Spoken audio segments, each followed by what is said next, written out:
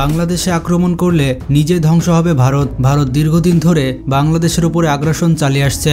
সাম্প্রতিক সময়ে ভারতের মাথা ব্যথার অন্যতম কারণ হচ্ছে বাংলাদেশের রাজনৈতিক পট পরিবর্তন। কারণ ভারতের কথাই বাংলাদেশ পরিচালিত হচ্ছে না, যার ফলে ভারতের পক্ষ থেকে পরোক্ষ এবং প্রত্যক্ষভাবে বাংলাদেশকে দখলের হুমকি দিচ্ছে। বাস্তবতা হচ্ছে ভারতের যে সামরিক শক্তি তাতে ভারতই আগামী দিনে দখল হতে পারে, কারণ ভারতের প্রতিপক্ষ চীন এবং পাকিস্তান মোকাবেলায় তাদের সামরিক শক্তি যথেষ্ট নয়। সেখানে বাংলাদেশ দখল করা ভারতের জন্য দিবাস্বপ্ন। আজকের ভিডিওটি দেখলে বুঝতে পারবেন ভারত কেন বাংলাদেশকে দখল করতে পারবে না। বাংলাদেশকে দখল করতে আসলে ভারত নিজে ধ্বংস হয়ে যাবে এবং কিভাবে ভারতীয় সেনাবাহিনীর থেকে বাংলাদেশের সেনাবাহিনী অত্যন্ত শক্তিশালী। যারা যারা দেশকে ভালোবাসেন তারা ভিডিওটিতে একটি লাইক দিয়ে দিন আর চ্যানেলটি সাবস্ক্রাইব করে ফেলুন। যেমনটা জানেন ভারতের সেনাবাহিনীর সংখ্যা প্রায় 13 লক্ষ, যা চীনের পর পৃথিবীর দ্বিতীয় সর্বোচ্চ। ভারতীয় সেনাবাহিনীর একটি বড় অংশ তাদের অভ্যন্তরীণ নিরাপত্তায় নিয়োজিত রয়েছে, কারণ কাশ্মীর, মধ্যপ্রদেশ, পূর্বাঞ্চলীয় 7টি রাজ্য সেভেন সিস্টার্সের বিদ্রোহী দমনে প্রচুর পরিমাণে ভারতীয় সেনাবাহিনী মোতায়েন করা আছে। অন্যদিকে পাকিস্তানের সেনাবাহিনীর সংখ্যা প্রায় 7 লক্ষ, যার একটি অংশ রয়েছে অভ্যন্তরীণ নিরাপত্তার স্বার্থে। সুতরাং পাকিস্তানকে এবং অভ্যন্তরীণ সংকট মোকাবেলায় ভারতীয় সেনাবাহিনীর অন্তত 8 লক্ষ সৈনিক প্রয়োজন হবে।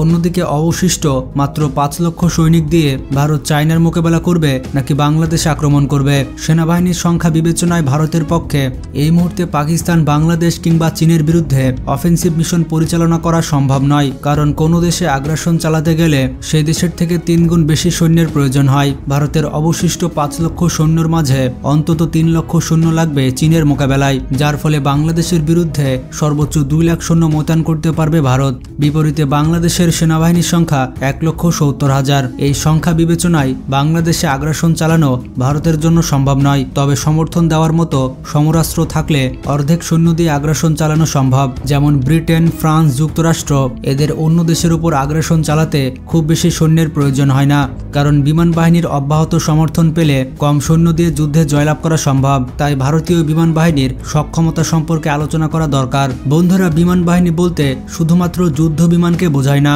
বিমান বাহিনীর লজিস্টিক সক্ষমতা এর থেকে বেশি গুরুত্বপূর্ণ।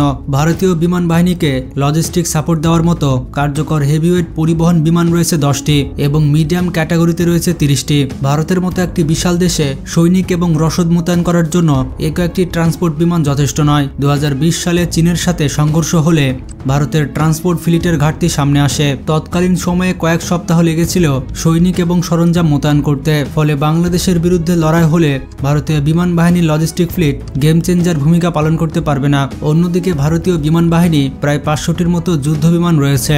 এতে কোনো সন্দেহ নেই বাংলাদেশের গুরুত্বপূর্ণ স্থাপনা সহজে বিমান হামলার মাধ্যমে ধ্বংস করতে সক্ষম হবে, কারণ বাংলাদেশের তেমন কোনো শক্তিশালী যুদ্ধ বিমান নেই যা দিয়ে এই সকল ফাইটার জেটের মোকাবেলা করা সম্ভব। তবে বাংলাদেশের ভূখণ্ড দখল করতে হলে ভারতীয় বিমান বাহিনী তেমন কার্যকরী ভূমিকা পালন করতে পারবে না, কারণ ভারতের বেশিরভাগ যুদ্ধ বিমান কাউন্টার স্ট্রাইক মিশন পরিচালনা করতে সক্ষম নয়। তারা এরকম মিশন শুধুমাত্র সিনেমাতে দেখাতে পারে। ভারতের কাছে রয়েছে 270টি SU-30। এগুলো হচ্ছে এয়ার সুপিরিয়রিটি ফাইটার। MiG-21 এবং জাগুয়ার বর্তমান সময়ে অকার্যকর যুদ্ধ বিমান। ভারতের একমাত্র অ্যাটাক মিশনে পারদর্শী যুদ্ধ বিমান হচ্ছে মেরিজ 2000 এবং ব্যাসার্স রাফাল যুদ্ধ বিমান, যার সংখ্যা প্রয়োজনের তুলনায় যথেষ্ট নয়, কারণ 40+ মিরেজ 2000 এবং 36টি রাফাল যুদ্ধ বিমান দিয়ে বাংলাদেশে আগ্রাসন চালানোর মতো সক্ষমতা পাবে না। তাছাড়া ড্যাসাল্ট রাফালের মতো যুদ্ধ বিমান বাংলাদেশের বিরুদ্ধে ব্যবহার করার সুযোগ নেই। মাত্র 36টি এ ধরনের ফাইটার জেট রয়েছে, যেগুলো ভারতীয় বিমান বাহিনীর শক্তি। চীন এবং পাকিস্তানের মোকাবেলায় এই কয়েকটি যুদ্ধ বিমানের কোনো বিকল্প নেই। ভারতীয় বিমান বাহিনী রীতিমতো হিমশিম খাচ্ছে যুদ্ধ বিমান সংকট নিরসনে। যদিও ভারতের অনেক যুদ্ধ বিমান মনে হতে পারে, তবে প্রতিপক্ষের মোকাবেলায় তা যথেষ্ট নয়, কারণ পাকিস্তানের নিকট বড় অঙ্কের J-10C এবং F-16 যুদ্ধ বিমান রয়েছে। ফলে ভারতের রাফাল যুদ্ধ বিমান ছাড়া সেগুলোকে মোকাবেলা করা কঠিন। অন্যদিকে চীনের বিমান বাহিনীর সাথে ভারতের বিমান বাহিনীর কোনো তুলনা চলে না। সুতরাং 40টি মিরেজ 2000 দিয়ে বাংলাদেশকে আক্রমণ করতে পারবে না ভারত। গড়ে দৈনিক 2 থেকে 3টি স্থানে তারা সাপোর্ট দিতে পারবে। জায়গার তুলনায় এটি 50 ভাগের 1 ভাগও হবে না। তাছাড়া গ্রাউন্ড স্ট্রাইক মিশনে আসলে ম্যানপ্যাড এয়ার ডিফেন্সের কাছে নিয়মিত যুদ্ধ বিমান ধ্বংস হবে, যার ফলে ধীরে ধীরে এই সংখ্যা কমে আসবে। বাংলাদেশের বিরুদ্ধে ভারতীয় সেনাবাহিনী যেমন যথেষ্ট নয়, ঠিক তেমনই দেশটির বিমান বাহিনী যথেষ্ট নয়। এটি শুধুমাত্র আগ্রাসনের কথা বিবেচনা করলে। তবে নির্দিষ্ট লক্ষ্যবস্তুতে আঘাত করলে তা ধ্বংস করার সক্ষমতা ভারতীয় সেনাবাহিনীর এবং বিমান বাহিনীর রয়েছে।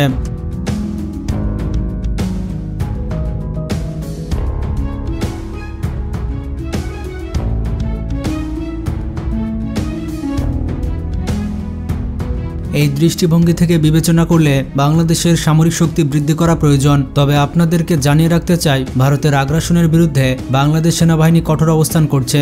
বাংলাদেশ সেনাবাহিনী নতুন নতুন সব অস্ত্র ক্রয় করছে, যা সত্যি প্রশংসনীয়। চলুন এ বিষয়ে আপনাদের কিছু তথ্য দিই। বাংলাদেশের সবথেকে শক্তিশালী বাহিনী হচ্ছে বাংলাদেশ সেনাবাহিনী। দেশের যে কোনো বিপদ আপদে ভরসার জায়গা হচ্ছে সেনাবাহিনী। দক্ষিণ এশিয়ার তৃতীয় বৃহত্তম শক্তিশালী বাহিনী হচ্ছে বাংলাদেশ সেনাবাহিনী। তবে পেশাদারিত্ব ও দক্ষতায় বাংলাদেশ সেনাবাহিনী ভারতের চেয়ে কয়েক গুণ এগিয়ে আছে, কারণ বাংলাদেশ সেনাবাহিনী এই পর্যন্ত পৃথিবীর 43টি দেশে যুদ্ধ করার অভিজ্ঞতা রয়েছে।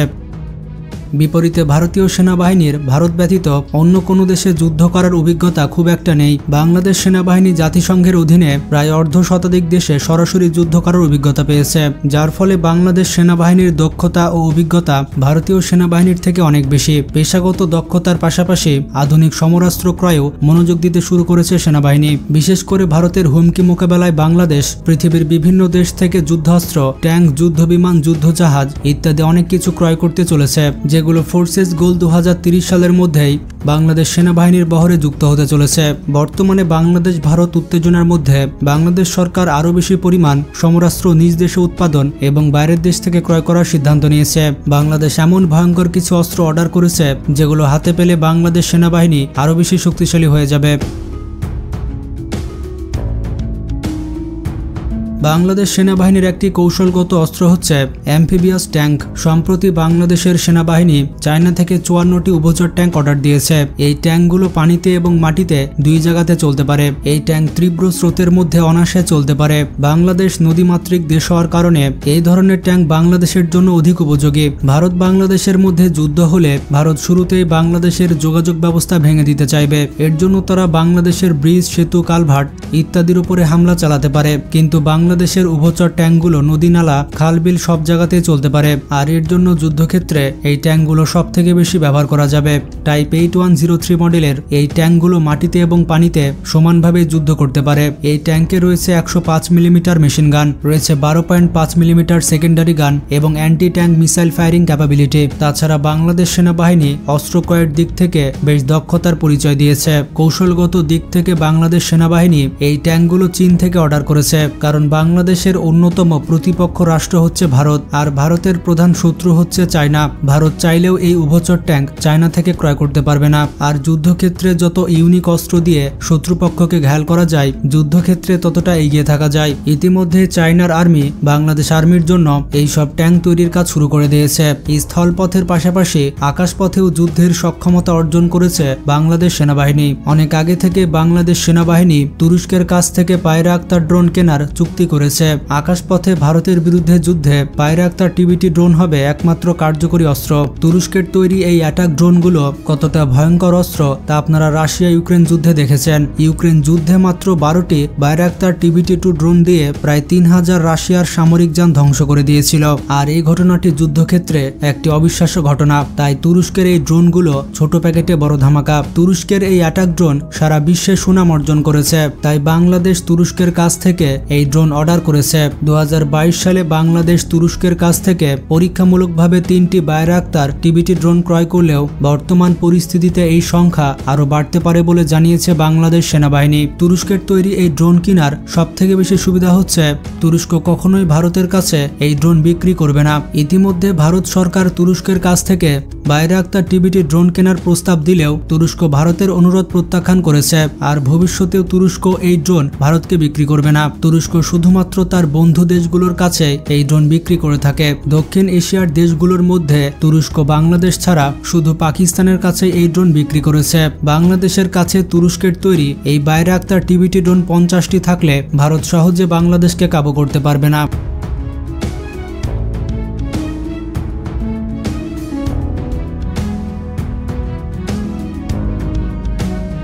বাংলাদেশ সেনাবাহিনীর অস্ত্র ক্রয়ের তালিকায় রয়েছে 155 mm আর্টিলারি। আর্টিলারি বাহিনী ছাড়া যুদ্ধক্ষেত্র অসম্পূর্ণ। আর্টিলারি হচ্ছে যে কোনো যুদ্ধক্ষেত্রের গেম চেঞ্জার, কারণ আর্টিলারি দিয়ে যে কোনো যুদ্ধের মোড় ঘুরিয়ে দেওয়া সম্ভব। বলা হয়ে থাকে যে দেশের আর্টিলারি ক্ষমতা যত বেশি, সে দেশের যুদ্ধ জয়ের সম্ভাবনা তত বেশি। যেমনটা জানেন, বাংলাদেশের সাথে ভারতের 4246 কিলোমিটার সীমান্ত রয়েছে। ভারতের সাথে এই সকল সীমানার বেশিরভাগই সমতল ভূমি, আর এই সকল সমতল ভূমির যুদ্ধক্ষেত্রে ক্ষেত্রে আর্টিলারি গুরুত্বপূর্ণ ভূমিকা পালন করবে। বর্তমানে বাংলাদেশে সর্বমোট 21টি আর্টিলারি রেজিমেন্ট রয়েছে। বাংলাদেশ সেনাবাহিনী তাদের সক্ষমতা বৃদ্ধির জন্য আমেরিকার তৈরি 155 মিলিমিটার আর্টিলারি ক্রয় করার টেন্ডার দিয়েছে।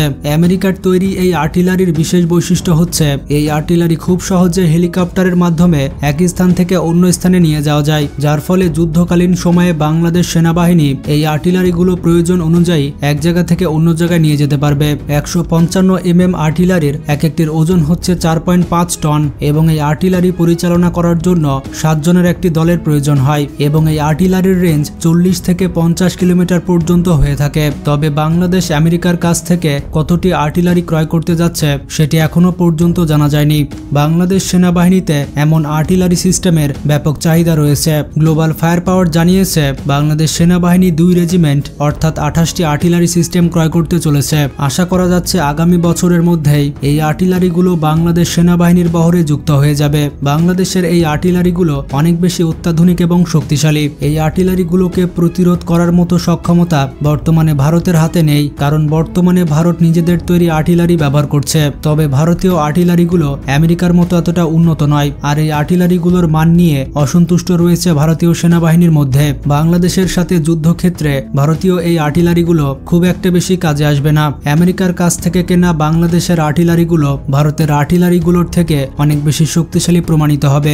আর্টিলারির মাধ্যমে এলোপাথারিভাবে অনেকগুলো গোলাবারুদ একসাথে নিক্ষেপ করা যায়, আর এ কারণে আর্টিলারি শত্রুপক্ষের মধ্যে ভীতি ও মানসিক অশান্তি তৈরি করতে পারে। আর্টিলারির আক্রমণগুলি শত্রুপক্ষের মনোবল ভেঙে চূর্ণ বিচূর্ণ করে দেয়।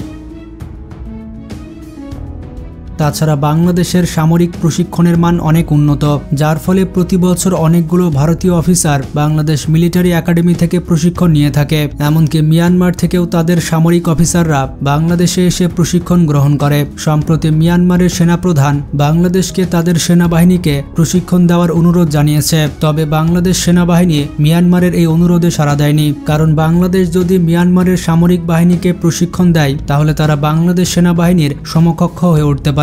এই আশঙ্কা থেকে বাংলাদেশ সেনাবাহিনী নিজের পায়ে নিজে কুড়াল মারতে চায়নি। বাংলাদেশ সেনাবাহিনীর প্রশিক্ষণের মান এতটাই উন্নত যে এটি উন্নত বিশ্বের কোনো ট্রেনিং এর থেকে কম কিছু নয়। বাংলাদেশের প্রশিক্ষণ কেন্দ্র থেকে পৃথিবীর 52টি দেশের অফিসাররা প্রশিক্ষণ নিয়ে থাকে। এর মধ্যে রয়েছে Bharat, Sri Lanka, Nepal, Kenya, Malaysia, Indonesia, Pakistan, Ghana সহ পৃথিবীর বিভিন্ন দেশ। মূলত জাতিসংঘের অধীনে বিশ্বের যত দেশের সেনারা দায়িত্ব পালন করে তাদের প্রশিক্ষণ প্রদান করে থাকে বাংলাদেশ সেনাবাহিনী। তো সব মিলিয়ে বাংলাদেশ সেনাবাহিনী তাদের শক্তি অনেকাংশে বৃদ্ধি করছে। তারা যে কোনো পরিস্থিতি মোকাবেলা করার জন্য সক্ষমতা অর্জন করছে। তো বাংলাদেশ সেনাবাহিনীর জন্য ভিডিওটিতে একটা লাইক তো দেওয়াই যায়। আপনি কোন দেশ থেকে আমাদের ভিডিও দেখছেন কমেন্ট করে জানাবেন। ভিডিওটি ভালো লাগলে বেশি বেশি শেয়ার করতে পারেন। ভালো থাকবেন, আল্লাহ হাফেজ।